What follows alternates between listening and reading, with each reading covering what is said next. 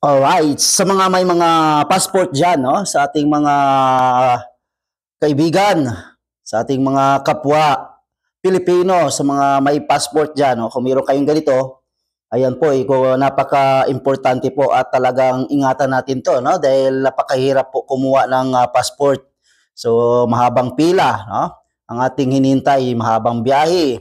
Talagang marami tayong pinagdadaanan bago tayo makakuha ng passport, hindi basta-basta. Kaya dito, meron tayong dapat na laging mailagay sa isip kung paano ingatan ang passport. So kung hindi kayo aware na mayroong nakalagay dito sa likod na kung anong nakasulat. So dito po, may nakasulat. So since malinaw pa naman ang mata ko, so kahit maliit ang sulat dito sa pinaka last page, ay may nakasulat dito na babala, no? So pag babala, ibig sabihin talagang iingatan ang passport. So babasahin ko. Ito yung nakalagay dito sa passport sa pinaka last page. Okay, sa pinakadulo. So, ang babala na nakalagay dito, ang pasaporting ito ay naglalaman ng sensitibong electronics.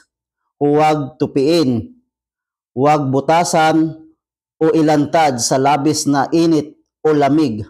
Ang pasaporting ito, ingatan din na huwag mabasa. Ayan, so yun na ang pinaka-importante nakasulat dito, dapat ay sundin, no? Manatiling bago ang ating passport, para sa pag magbabiyahe tayo, may flight tayo, laging malinis ang ating passport na manatiling bago. Ayan lang po, maraming salamat.